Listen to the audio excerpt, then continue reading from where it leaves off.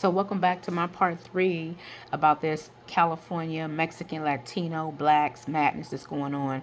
Let me just go back and say this. When we first moved to California, it had to be in the late 80s. I was like 8 or 9 years old.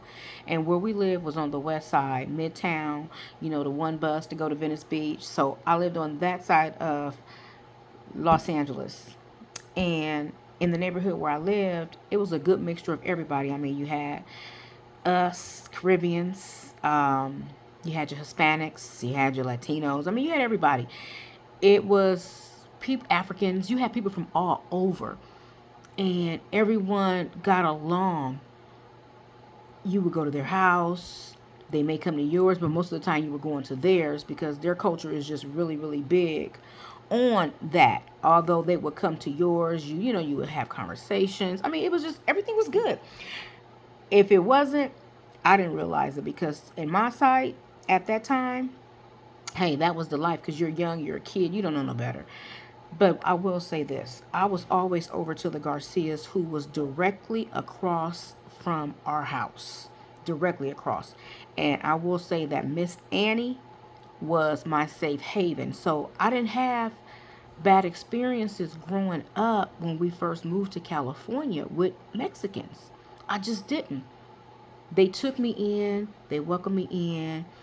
It was like a home away from home. It was my safe haven. So I want to set this record straight because, you got your good and bad in every race, every culture, everything. Though there's a lot of facts to what's going on now, which is why I say things have really changed. It's not like how it used to be when I was growing up. These new sets of people that are the Hispanics, the Latinos, I don't know. I don't know what happened. Something happened to where there's been like a straight turnover to where they don't respect blacks. They don't treat blacks with love like they really should, like they did back in the time when I was growing up.